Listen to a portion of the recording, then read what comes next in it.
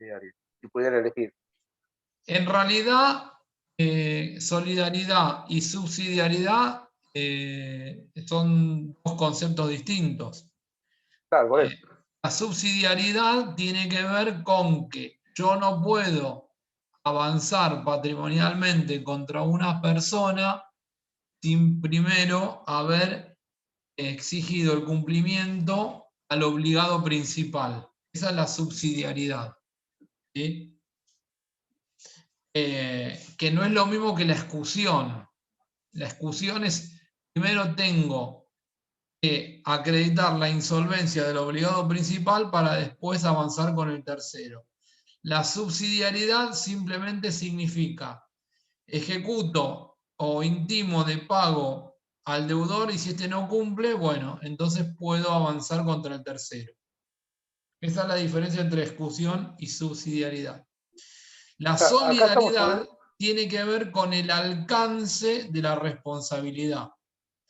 Es decir, respondo sobre toda la obligación y no solo sobre la parte a la que me encuentro o solo respecto de una parte de la obligación. Profe, y Sí. promesa de liberación es el 1635, lo tengo yo acá. Perdón, sí, Porque el otro es puse mal yo. Sí, conformidad. 1634, sí, ando mal hoy. Porque el otro es conformidad para la liberación del deudor. Ando mal hoy consignando artículos, perdón. Ahí está. Porque Ahora, si no, no coincide lo que estoy leyendo acá. Sí, me equivoqué. Sí. Estamos hablando en las situaciones, si la obligación la entendemos como la deuda más la responsabilidad, las dos etapas, las dos partes de la obligación, hasta el momento del cumplimiento de la prestación, la etapa de deuda y de ahí para adelante de la responsabilidad. Cuando aparece este tercero, ¿no? Como codeudor subsidiario, no necesariamente tiene que ser para efectuar el pago, sino ya puede ser en la etapa de deuda mucho tiempo antes del pago, ¿no? ¿Puede aparecer en esa figura? No, a Porque, ver, el tercero puede aparecer en cualquier instancia. Puede aparecer en el momento de celebración del contrato con el acreedor, puede aparecer durante la ejecución del contrato o puede aparecer ya con el contrato incumplido o la obligación incumplida. O sea, el tercero puede emerger en cualquier momento. Ahora, para que quede liberado el deudor se necesita la conformidad del acreedor. Si el tercero asume la obligación del deudor sin la conformidad del acreedor, queda como un codeudor subsidiario. Eso es lo que dispone. Eso lo especifica el 34, el 1634, profe. ¿Cómo? A donde dice que solamente el deudor solo queda liberado si el acreedor lo admite expresamente. Exacto. Lo dice el 1634. Y el 1632 también lo dice, ¿eh? Lo dice en el segundo párrafo, el 32. Ambos artículos lo dicen. Esto tiene una lógica bastante clara porque en una obligación, en un contrato, hay una cuestión de voluntad de partes. Está tanto el deudor como el acreedor. Sí. Y no se puede disolver, no se puede cambiar o disolver nada unilateralmente. Entonces, si una obligación es... En realidad, desde el punto de vista, mira, en realidad desde el punto de vista del acreedor, en principio sí, porque el deudor va a cumplir su prestación en las condiciones asumidas, convenidas o establecidas, ¿sí? Convencional o legalmente. En cambio, en el caso del deudor, cuando cambia el deudor, tiene especial interés la perspectiva del acreedor, porque no es lo mismo, y acá tienen que ver muchas circunstancias, porque una circunstancia puede ser el pago. El pago, digamos, en tanto obligación de dar sumas de dinero, ¿no? Porque cambia el deudor y puede pasar que tenga originalmente un deudor solvente y puedo llegar a pasar a tener un deudor cuya solvencia es más discutida. Por lo tanto, ahí necesito, digamos, digamos, el acreedor puede ver en riesgo la percepción de su crédito. Pero hay otras figuras, ¿sí? Un proveedor, por ejemplo, que entrega determinados bienes o determinada mercadería y pretende que ser reemplazado por otro deudor en el cumplimiento. Ella no tiene que ver con entrega de dinero, sino quizás con la calidad de la mercadería que entrega un deudor o que entrega un tercero, ¿sí? O, no sé, Sí, no, o imagínate puede ser vas a... en una obligación resolutoria, que tenga que restituir algo. El Sí, teniente de la cosa tiene que tener una capacidad de conservación de la cosa. Por ahí el nuevo bueno, por no la eso, tiene. fíjate la cantidad de aristas que puede tener esta figura, no solo vista desde la perspectiva del deudor que debe entregar sumas de dinero, sino desde una concepción mucho más amplia que pueden consistir en obligaciones de dar cosas que no son dinero o en obligaciones de hacer, ¿sí? O sea, puede tener otras connotaciones también. Una empresa, una constructora que encomienda a un sujeto determinado que se encargue de la instalación del cableado eléctrico. Y él viene o digamos, el proveedor y dice, mira, la verdad no puedo cumplir porque no tengo el personal suficiente o porque, bueno, yo tenía históricamente 10 empleados y, bueno, hubo 5 que renunciaron, no llego a cumplir. Quiero incorporar a otra empresa que puede complementar el servicio que yo tengo comprometido con vos. ¿Aceptás esta propuesta? Puede tener muchas bifurcaciones esta noción, no solo la de obligaciones de dar suma de dinero. ¿Sí? Sí, sí, sí, claro. Bien. Ahora, ya sabemos, digamos, cuándo, vamos a volver acá, cuando cuando el acreedor libera al deudor, estamos frente a una cesión de deuda liberatoria, ¿sí? Cuando el acreedor no libera al deudor, estamos frente a una cesión de deuda acumulativa, claramente porque Claro. incorporo, acumulo, añado, agrego un segundo sujeto comprometido al cumplimiento de la obligación. ¿Sí? ¿Hasta acá estamos?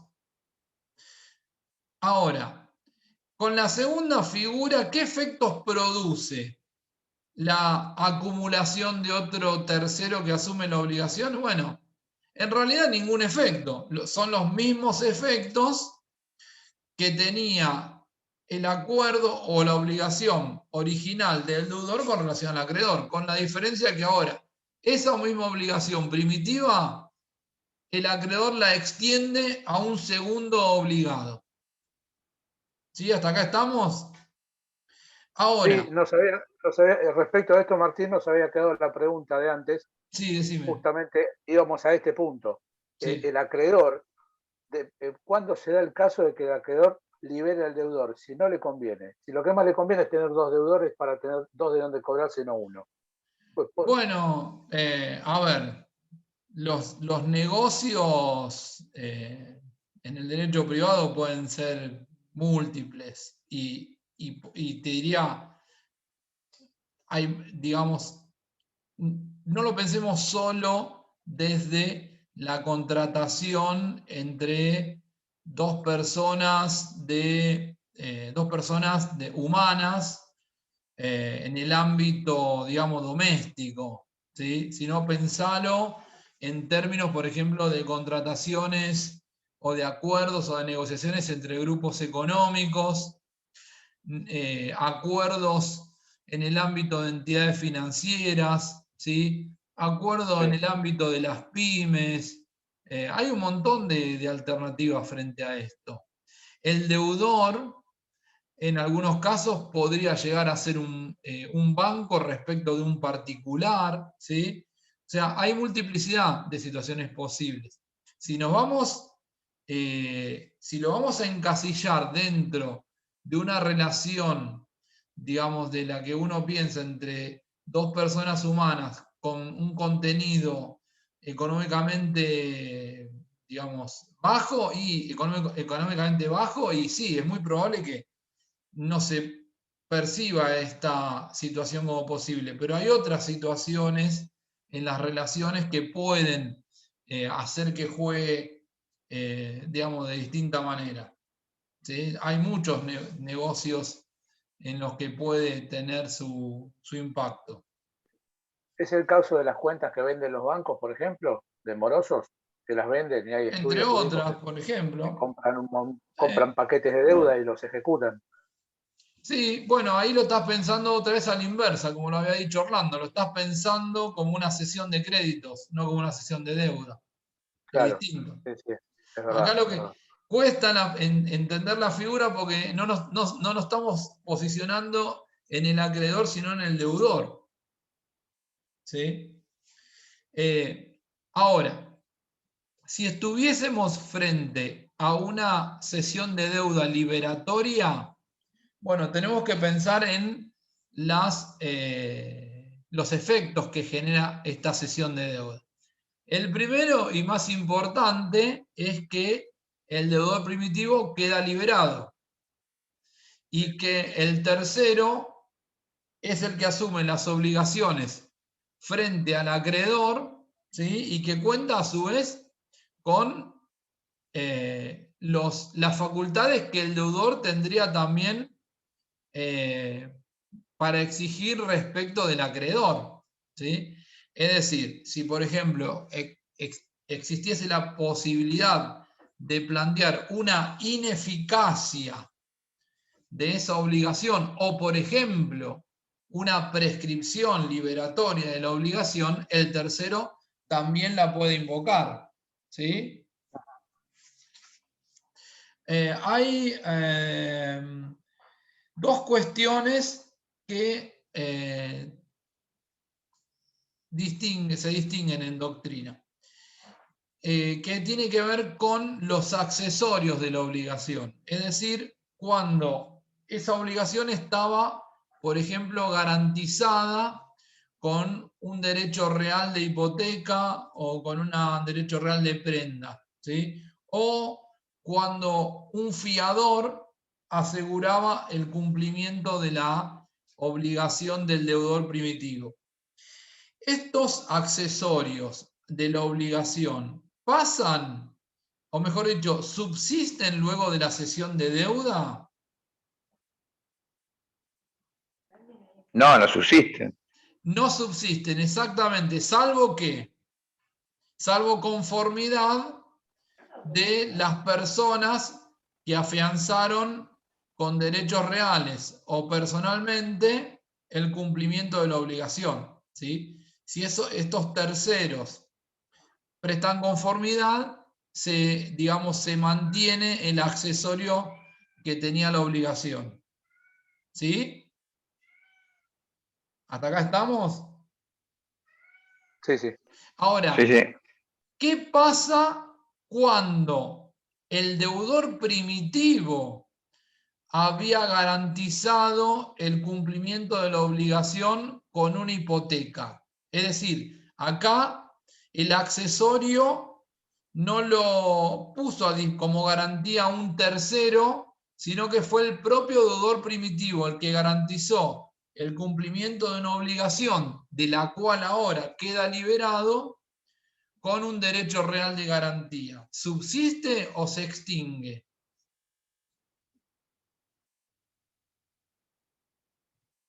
Yo entiendo la garantía que Puede, La regla es que puede subsistir, pero sí, queda como un fiador. queda como un fiador y solo responde hasta el valor del bien dado en garantía. Pero pero el accesorio que había dado el deudor primitivo para asegurar el cumplimiento de la obligación mantiene su vigencia. No se extingue ese accesorio con motivo de la cesión de deuda. Salvo que haya un nuevo acuerdo y se ponga una nueva hipoteca. Salvo que por un nuevo acuerdo, exacto, digamos, cancele o se extinga la garantía anterior y se constituye una nueva. Podría pasar. Pero si no se dice nada, las garantías dadas por el deudor primitivo que quedó liberado subsisten. Ahora, por último, ¿qué pasaría si, por ejemplo, se anulase el acuerdo de cesión de deuda entre el deudor primitivo y el tercero? Hubo un vicio en ese acuerdo. ¿Qué pasa ahí? Y queda el deudor primitivo. Exactamente, no es que queda liberado, No, queda como deudor, queda obligado. Exacta, la ineficacia o la nulidad declarada sobre el acuerdo de cesión de deuda vuelve las cosas a su estado anterior. El deudor primitivo reasume las obligaciones que había cedido. Bueno, ¿hasta acá alguna duda? No. Bueno, miren la particularidad de la asunción de deuda que regula el 1633. Dice, hay asunción de deuda si un tercero acuerda con el acreedor. Acá tengo dos partes, ya no interviene el deudor en el acuerdo. Hay asunción de deuda si un tercero acuerda con el acreedor pagar la deuda de su deudor sin que haya novación. Hasta acá, a diferencia de lo que pasa en el caso de la cesión de deuda, hay un acuerdo entre acreedor y el tercero, por el cual el tercero se obliga a cumplir con las prestaciones del deudor. Pero miren esto. Si el acreedor no presta conformidad para la liberación del deudor, la asunción se tiene por rechazada. ¿Se entiende? Bueno. Sí, en el caso anterior era un acuerdo entre los dos deudores con la venia o no del acreedor. Y en este caso es un acuerdo de un nuevo deudor directo con el acreedor. Sí. En el caso de que el acreedor no lo acepte, se da por nulo, se da por rechazado y chau, nada más. Bueno, eso Perdón, profe, una pregunta. Sí. ¿Siempre es con la venia del acreedor? No, pero es a la inversa acá. Por eso que quise poner el foco. Vamos a releer el último párrafo. Si el acreedor no presta la conformidad para la liberación del deudor, la asunción de deuda se tiene por rechazada. ¿Qué quiere decir esto? Que concomitantemente con el acuerdo que hacen el tercero con el acreedor, por el cual éste va a pagar o va a cumplir la obligación, el acreedor tiene que prestar conformidad para liberar al deudor primitivo. Si el acreedor no presta conformidad con la liberación, entonces el tercero no asume la deuda. Eso es lo que me está diciendo el 1633. Sí. Lo cual, dentro de un sistema de derecho privado y donde rige la autonomía de la voluntad, es totalmente anacrónico y no tiene mucho sentido si ustedes lo piensan. ¿Sí? Es decir, supeditar la asunción de la obligación por parte del tercero, supeditar legalmente, ¿no? La asunción de la obligación del tercero a que el acreedor esté conformidad con la liberación del deudor, no tiene, digamos, sintonía dentro de las regulaciones del código. Incluso cuando un artículo anterior me estaba regulando exactamente lo contrario y cuando el artículo subsiguiente también lo hace. ¿Sí? Ahora, esto desde una postulación, digamos, crítica del 1633. Desde el punto de vista legal, funciona de esta manera. Para que el acuerdo entre el tercero y el acreedor cobre virtualidad, el acreedor tiene que prestar conformidad con la liberación del deudor primitivo. Si no presta conformidad, no hay asunción de la obligación por parte del tercero. ¿Sí? Más allá de que compartamos o no compartamos el criterio, lo que tiene que quedar claro primero es la asincronía del artículo y segundo, su legalidad. ¿Sí? O sea, al estar previsto de esa manera, hay que considerarlo. ¿Sí? Sí, está bien. Bien. Medio raro. Es raro y es un artículo muy castigado en general en doctrina porque no le encuentran un sentido a la disposición.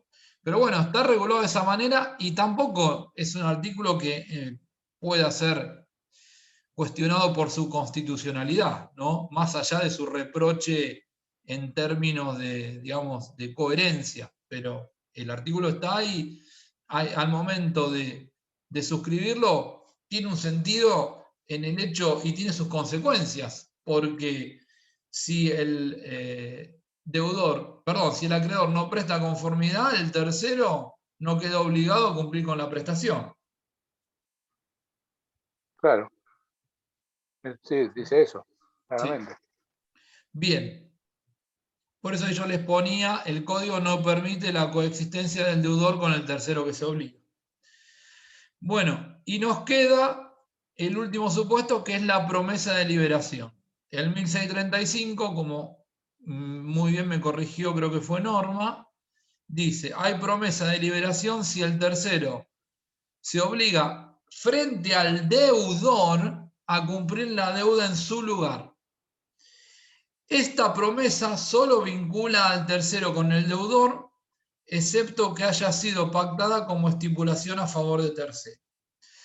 Vamos a ver esto que, digamos, tiene sus vericuetos. Primero, las partes acá, para recapitular, en la cesión de deuda las partes eran el acreedor, el deudor y el tercero.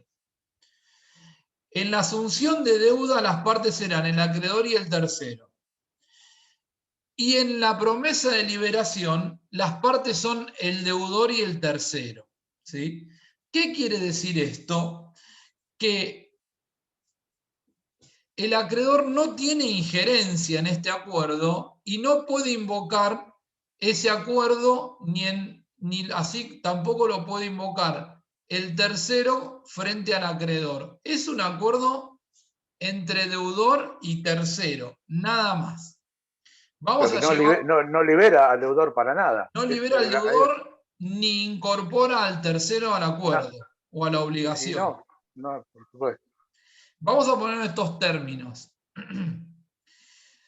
Yo celebro un contrato de compraventa, ¿no? Por el cual adquiero determinada maquinaria a 1.000.000 de pesos.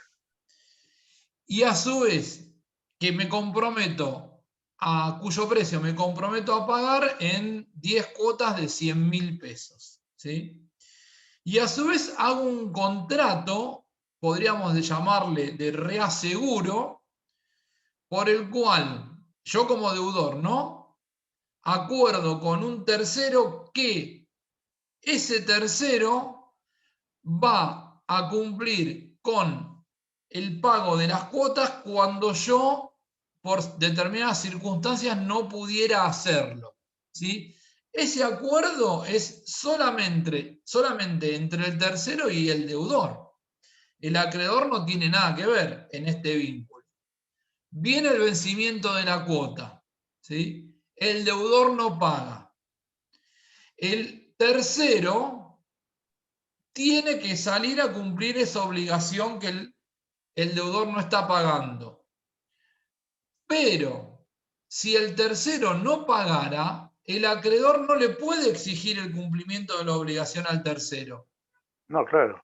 Le va a exigir el cumplimiento de la obligación al deudor.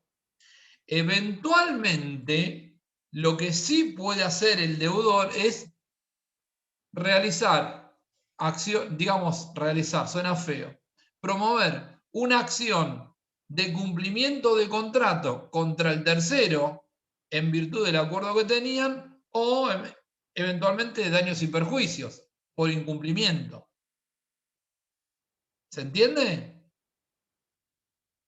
Sí, pero no tiene vinculación con la relación que tiene él con su acreedor. Ninguna. Por eso se llama promesa de liberación, porque el tercero se compromete a liberar al deudor de la obligación que tenía frente al acreedor. Pero si no lo hace, o si hay algún incumplimiento del acuerdo respecto del deudor con el tercero, es un negocio que se resuelve entre ellos, pero que no tiene ningún impacto ni positivo ni negativo para el acreedor, ¿sí? El acreedor circunscribe sus derechos y obligaciones al contrato o a la relación jurídica que tiene con el deudor. Pero ni el tercero puede invocar el acuerdo que tiene con el deudor al acreedor, ni el acreedor puede valerse del acuerdo que existe entre deudor y tercero. ¿Sí? ¿Se entendió? Sí, sí. Bueno, hasta acá hemos llegado. ¿Alguna duda?